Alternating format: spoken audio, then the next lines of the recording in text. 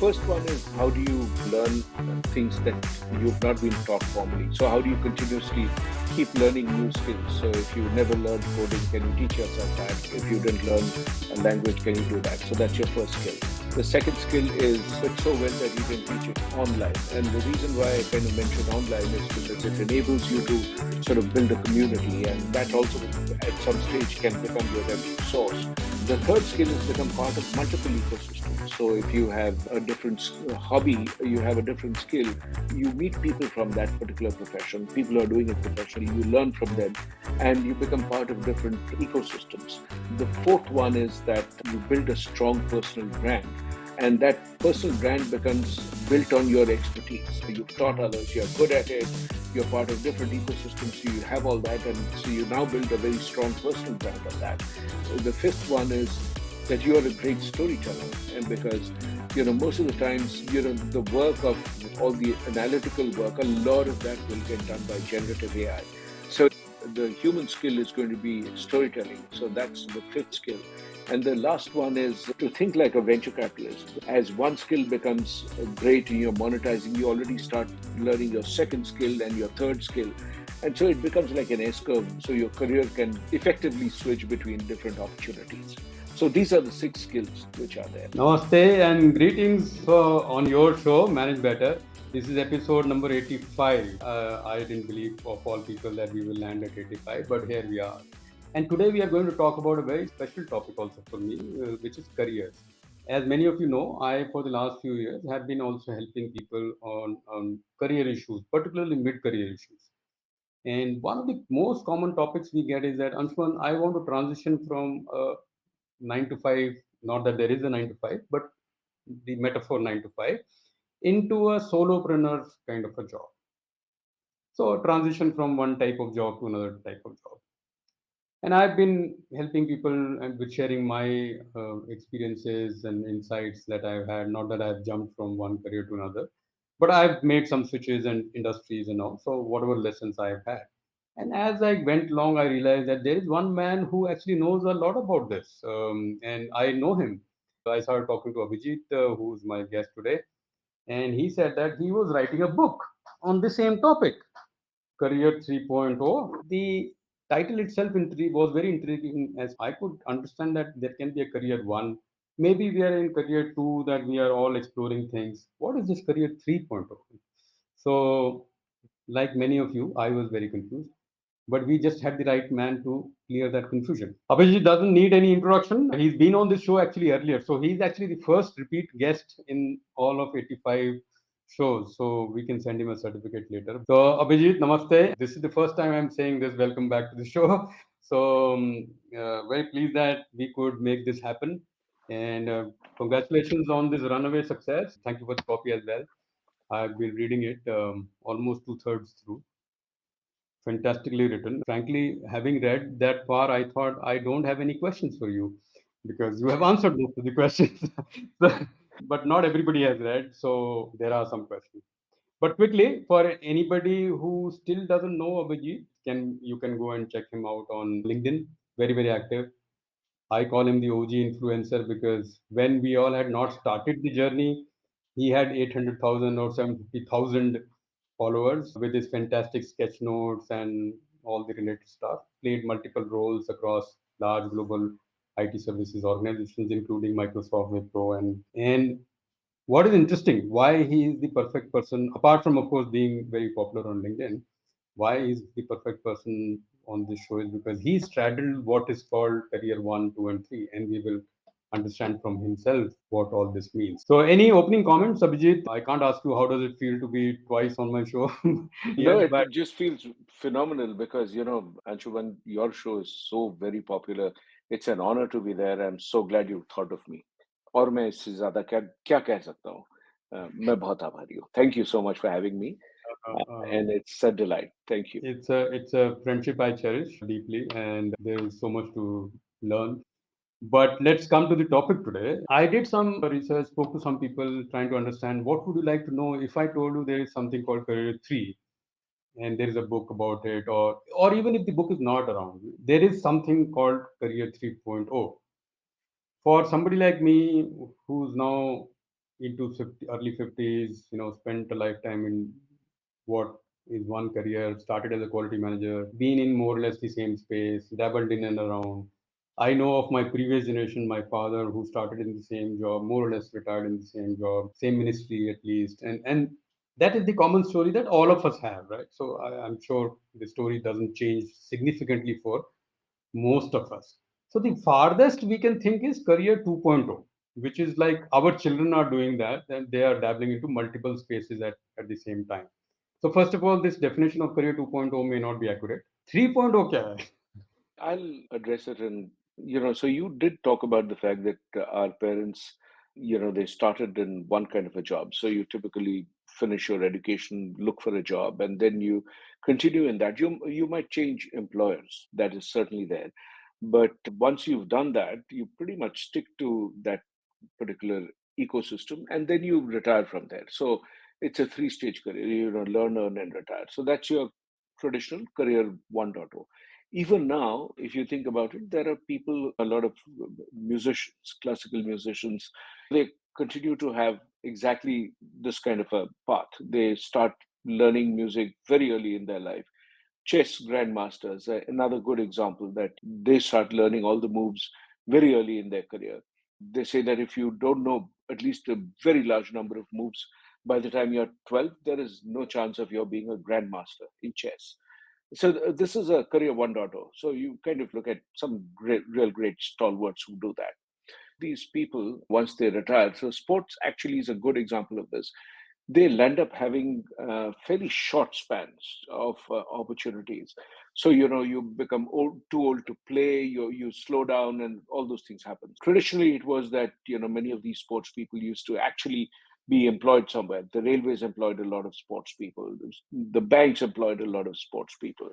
So, I remember Ajit Wadekar, who was the erstwhile captain, he was working in State Bank of India. And so that pattern continued, that, they used to have this fallback option, which is career 2.0, that you are actually monetizing two kinds of skills. So one is banking and the other is sports, which have nothing to do with each other, but you make money out of both. So that's your career 2.0. Today, also, when people do a side gig, a lot of times you will find that somebody actually has a little on my show, like there were people who are doing multiple things.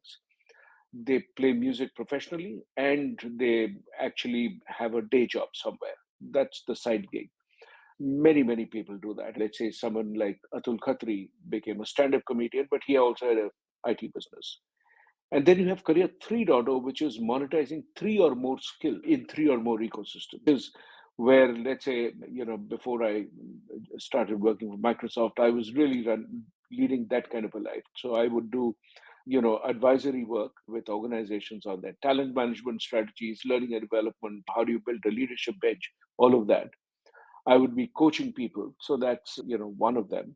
I would do keynotes and workshops, which was another revenue stream. And then I would be a brand evangelist. That was a third revenue stream. One doesn't have anything to do with the other, Yeah. but you can always find connections and do that. So a very long answer to what is career 3.0.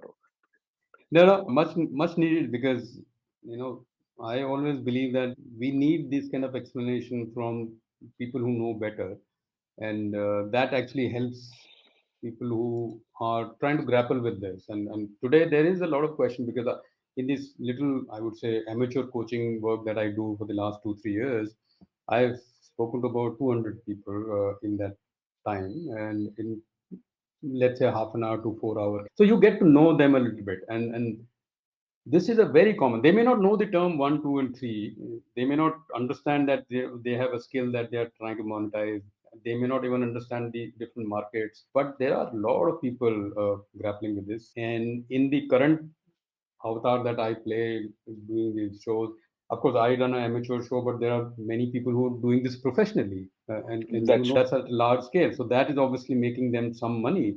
And they might have a day job and yet another job as a bartender or something somewhere, who knows. So while from a layman point of view this is complex, but if you understand this, it is quite simple as well. It is like a portfolio approach to career. So yeah, we put yeah. our money in stocks, in mutual funds, in gold and real estate. Why can't we put our career into multiple revenue streams? We understood why, what is all this one, two, and three, and a little bit of why do we need to understand. Would you like to dive a little deeper as to why is it important to understand? Why can't I just live and think that, oh, I have my career. I don't need this mumbo jumbo of one, two, three, and this is only a ploy to sell Abhijit's book or something like that. One of the things to keep in mind is we are all actually living longer, because human Mm, life longevity has increased. In 1947, the average Indian lived for about between 32 and 34 years, depending on which data point you look at. So 34 years was the average lifespan. So if you think about it, all our, when we say four stages of our life, brahmacharya, grahastha, vanprastha, and sannyas, that was actually, even in 1947, it would have been divided into broadly notions of 8 years. mm, But that's a different thing. Today, the lifespan in India is closer to 74. So if you think about how much that lifespan has increased, but what is interesting is we start working at 25, let's say you between 20 and 25, and then you retire. If you're in the government, anywhere between 58 and 60, most people retire. And then sometimes some people take on some kind of other work. They actually use a career 2.0 approach, they'll do something else. But what is now happening is people actually are beginning to live much longer. Economist actually talks about that 100 years is going to become fairly common. We won't even say that, oh, you know what, this person is 100 years old. 120 is what people are shooting for, and multiple reasons: better medication, better opportunities, people are more conscious of what they eat, they exercise, all of this. So people are living longer. So therefore, the money that you thought, or your retirement planning, if you sort of look at that, actuaries today, when they calculate your life insurance, they're actually assuming that you will get that pension for a much longer span of time. So you ask your actuary friends, they will tell you that that lifespan is increasing. So the money that you earn, let's say you earn 1,000 rupees from your bank interest and everything after retirement, with a 5% inflation, that is actually going to be buying you less and less every year, until at a point of time, 10 years later, 20 years later, it's not really going to be anything. And that's one of the reasons why people are beginning to go back and sort of say that, how do I work longer? But let's assume the other way around. If you look at, and that's the funny thing, that most millionaires, when I had an opportunity to talk to a couple of them, none of them have retired at age 20 or 30 whenever they made their millions. And people actually continue working, and the reason why they do that is they all say that because they're doing something else. They're building a different kind of a company. They're picking up sports. They're learning different things. So these are all curious people who don't need to work for money. They're doing that. The biggest reason perhaps is skills are actually becoming obsolete much faster. So, you'll always hear people say, when you look at all the people we hire early in their career, they don't have all that high degree of employability, because the skills that colleges are teaching, a lot of those courses have not been revised for a long time. And even if they have, the average lifespan of a skill is barely 4 to 5 years. If you're in a tech job, the tech fields, the job barely lasts you for 2 years. Now, today, prompt engineering is a thing. I'm pretty sure in another year's time, this thing will fade away and a lot of things will be automated, etc. Skills disappear. So even if you want to stay in that same job, your skills will make you obsolete. You will stagnate. You will get frustrated. You leave and you'll want to do something else. A better way to think about your career is to actually look at it like a portfolio. और अंशुमन आपने बहुत अच्छी तरह से समझाया कि जिस तरह से आप पैसा इन्वेस्ट yeah. करते हैं कहीं पे, कुछ जमीन खरीदते हैं, कुछ सोना खरीदते हैं, कुछ बैंक में डालते हैं. It's the same way. Think about your skills in the same way. Some things are more precious, some things are, now giving you returns, but what about the future? Thanks for this expansion of the theme, Abhijit. What will we do till 75? So, if we are going to be around till that age, so it is one, it is from a skills point of view, the other is from a longevity point of view. We all will be alive for a longer time, and what we've learned over a longer period of time will be very monetizable. So, why not? I can go and teach at some MBA institute.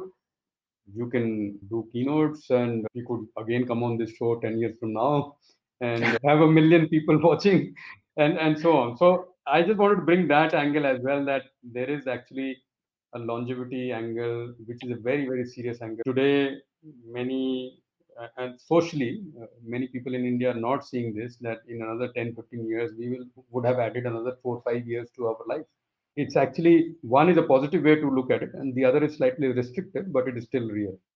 Just to illustrate the point that he was trying to make, that if you become very good at what you do, there will be revenue streams that will open, right? You may not Yeah. ever write your own book, everybody is different, but you will Yeah. do something with it. So, first step is to chase some mastery in that skill set and then look at monetizing.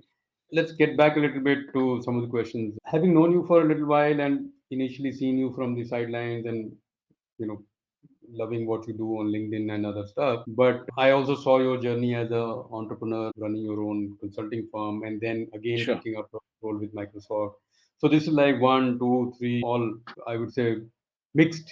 So from a distance, it seems like you've been dabbling or jumping across. So tell us a little bit more about, in if you were to apply the career one, two, three to your own career, how will it look, from if you were to advise or at least understand, not advise, it's already happened, so what's the use of advice? The How would you understand your own career? So I think I started with a traditional career 1.0. I finished from XLRI and then started working. I did a degree in law and I also, and then I was working.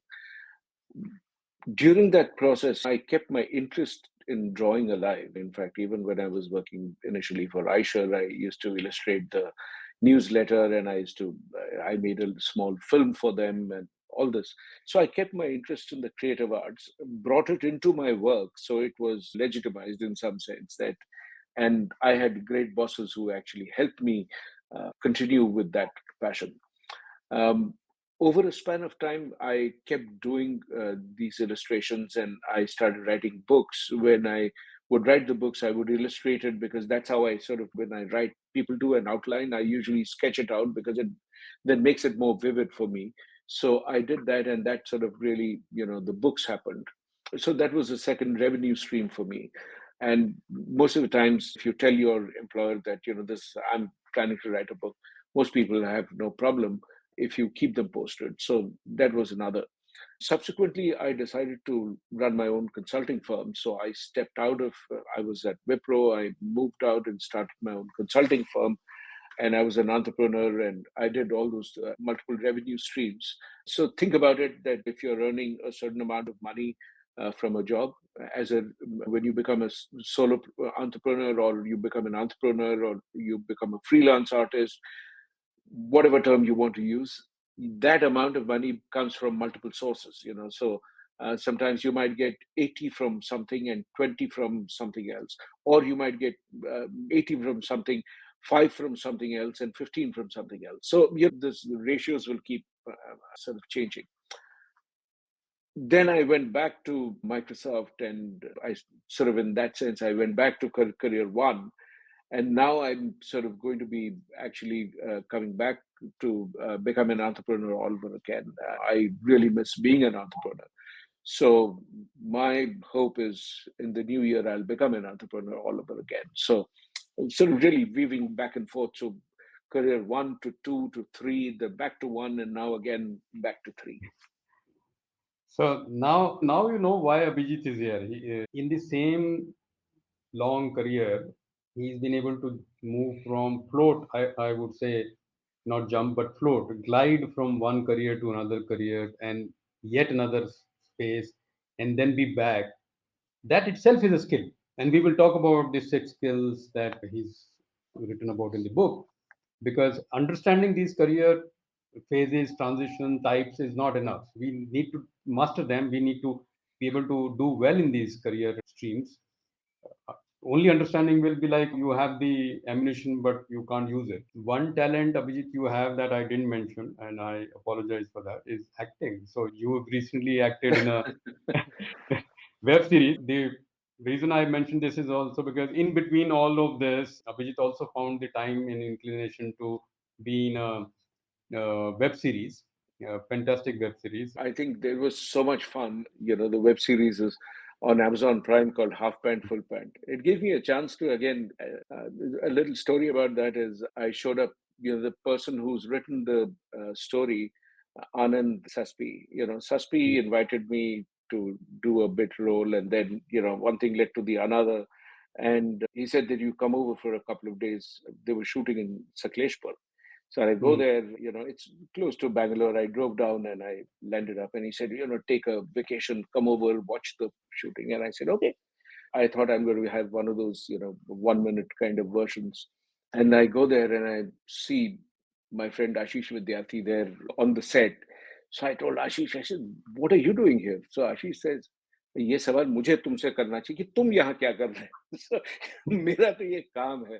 So it was great fun. I mean, I really enjoyed doing that. And But it but was not at all a bit role. It's a pretty meaty role. So those who are interested in watching a web series and don't like the violence and the gore and grit of it's the a current, children's this one, series, and it's just recently got awards also. So yeah, I mean, I this is didn't one. get one, but The, you will. So this is your audition maybe for the next one. But the the only one I can compare it to is Malgudi Days. So when we were yes. growing up, yeah, it was Malgudi Days, and the same charm was there. I actually don't watch much web series, but when you sent that link over, I thought maybe let me watch one episode, and it didn't find you in the first one, so I said, okay, let me watch the second one, and I was hooked. So yeah, we digressed a little bit. Very important question that I would have asked: the gist of 6 must-have skills, so that we get some idea about what is in the book, and that could help people decide whether they want to read more or not. So Sure, your sure. choice, No, but no, that's something. I'm happy to share the 6 skills. And so I think the first one is, how do you learn things that you've not been taught formally? So how do you continuously keep learning new skills? So if you never learned coding, can you teach yourself that? If you didn't learn a language, can you do that? So that's your first skill. The second skill is you know it so well that you can teach it online. And the reason why I kind of mention online is because it enables you to sort of build a community, and that also at some stage can become your revenue source.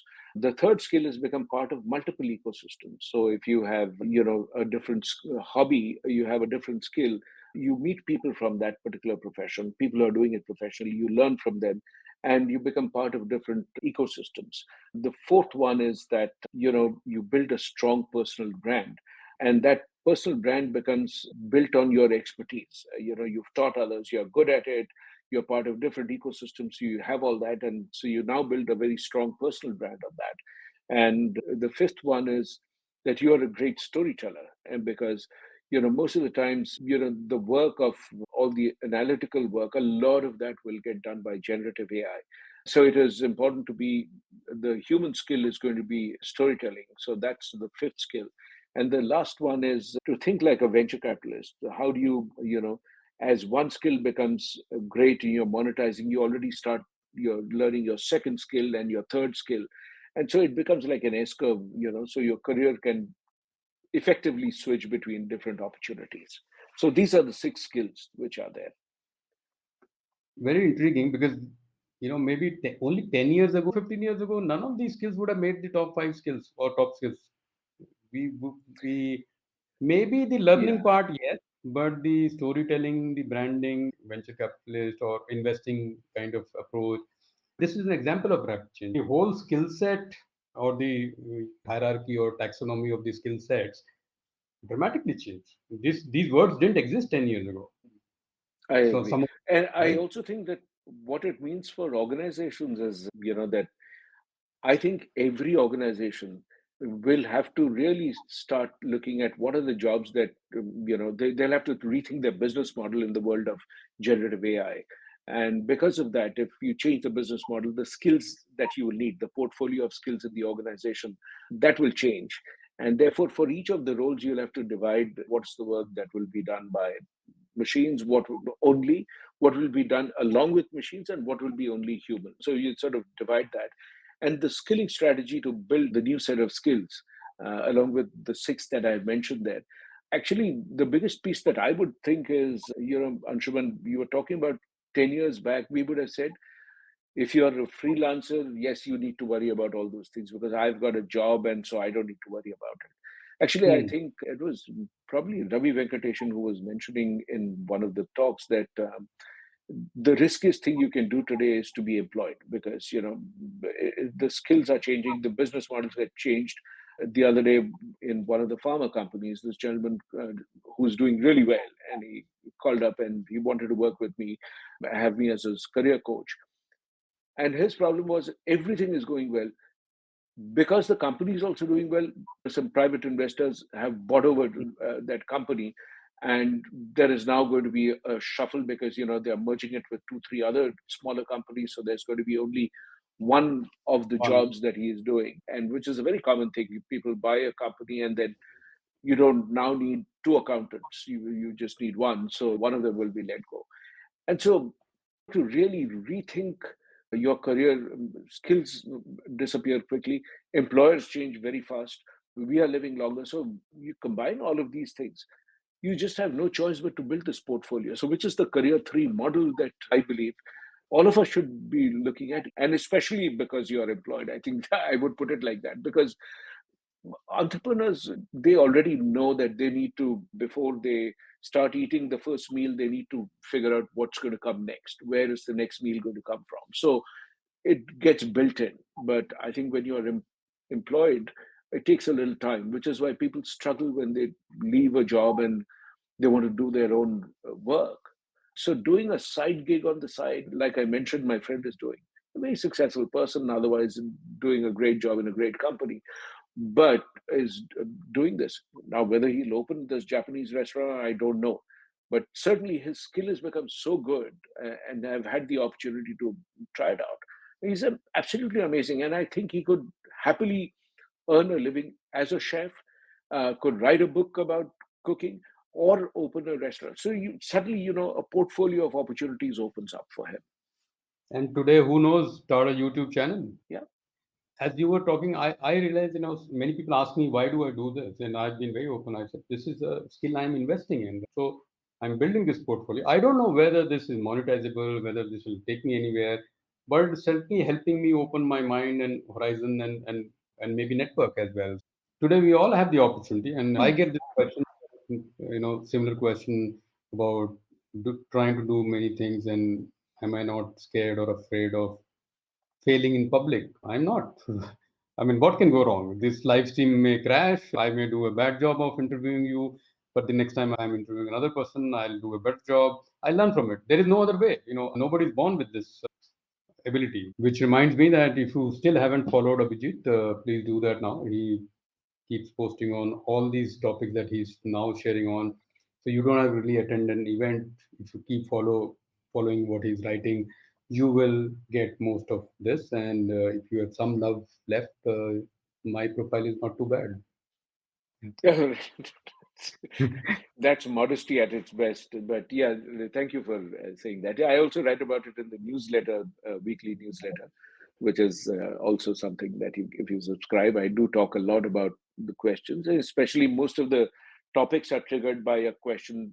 Sometimes people don't like to be acknowledged in public, so they write an email, and based on that, I write, the answer to that is usually the newsletter, or I Mhm. write about the books that I've found useful, and I write about those. How do you see Um, future of work evolving, and how to monetize the existing skill set or build a new one? You've spoken a little bit about this, but in a narrower way, can you take this up? a great question. I think we are going to see fewer and fewer people having this whole notion of a steady job, as people would say, you have a steady job. In fact, in India, the first thing people say when you finish your education, you start working, somebody will say that, okay, now you've settled down. I think that is a thing of the past because of all the reasons I mentioned. But I also think that it throws open so many possibilities. Today, this whole barrier that if you don't have a degree, you cannot enter a field, that is absolutely not correct. There is a person mentioned in the book who taught himself architecture, he taught himself enterprise resource planning, software. actually wrote one, the framework for that. So if people can do those things, I've taught myself all the software pertaining to Adobe Photoshop and editing and Premiere Pro and all that. I joined a course. In fact, I was the oldest person in that classroom. In fact, the first day when I went in, the person who was teaching, he was maybe it would have been about 25 or so. And then he said that, are you the new center in charge? I said, no, I'm not a center in charge. I'm a student. So I think, taking up a formal class, outside, there are hundreds of options today. And you can learn from people through their YouTube channels. You can hear the best of people. We are living in the golden age of information where no matter what you do, there's a resource available for free. I sometimes tell people, if you didn't get a chance to go to college when you were growing up, maybe it's time you should join an Ivy League college, because so many of these colleges give their courseware for free. So just attend those workshops. Not just free, but sometimes if you're looking for something specific, it's actually available at invest. Prices. I have been investing a little bit, a small percentage of my income every year, 1 to 2%, sometimes more, depending on the course, almost every year. And a couple of years ago, I found something which was being done by Tuck, Columbia, and MIT together. It was a fantastic opportunity. And, sitting here in India, I didn't have to travel. It was expensive, but considering the input that I was getting, it was world-class education on my laptop. And I made a network of about 50 people in that cohort who were global, and many of us are still in touch. So many of these skills, or the world has opened up in a way that we are more or less boundaryless in terms of learning already. That, Anshuman, is a wonderful example of learning how to become part of a different ecosystem. Doing a course, this kind of a thing. You learn about people who come from different backgrounds. So it's a great way to do that. So one question I usually ask all my guests is that, other than your own book, and since you have written a few, 4, I think, or is this the 5th 6. one? No, Sixth. this is the 6th one. So My I wrote bad. 2 works of Unicorn one, fiction yeah. first. No, I did the 2 of fiction, and then I wrote, first one, nonfiction, was Don't Hire the Best, which was about how do you find personality makes a difference in terms of which profession you choose, the work that you do. That, like, for example, I'm not a detail-oriented person. I understood that. Or I understood that I'm better at doing A, not B. So this awareness of yourself makes a big difference, but also awareness of what your own derailers is a very powerful process. So that was one book that I did. The second one I wrote was about the digital tsunami. At that point of time, all the things that were happening in the world around the digital transformation. The fifth book was Dreamers and Unicorns. I wrote it during the pandemic, and then there was so much. So that got a great response as well. Yeah. And now, of course, I'm hoping that you will love my new baby, Career 3.0. And what have you been reading these days? I read sometimes the new books. Adam Grant's book is fantastic, Hidden Potential. Amy Edmondson's book is really fabulous, which talks about the right kind of failure. How do you fail in a certain kind of way? Then of course, there is Tomas Kamoro Premuzic has just written a new book on AI and how it is going to change the work that we do. I just finished reading an old classic of Jeffrey Pfeffer, 7 Rules of Power, useful. Another one that I'm reading now, which is Ronnie Screwwaller's book, which is called Skill It, Kill It. The advantage when you write a book, you're forced to read a lot of stuff. There you go, guys. We usually get 1 or 2 books that authors suggest, but you got a library. Some of these I've read, and I now have a list that I will go through. Great. So we are at the end of time almost. I must thank you, Abhijit. Thanks for taking time and peeling this onion, as we say. Of course, there is a lot more in the book. What Abhijit was able to share is, I hope the audience got a summary, and if you are excited enough by listening to this, you can go ahead and buy the book. It's available in India and through Penguin. So already available, already doing well. With that, Abhijit, I will let you go. Thank you very much. Thank you so much for having me. Bye-bye. Thank you so much.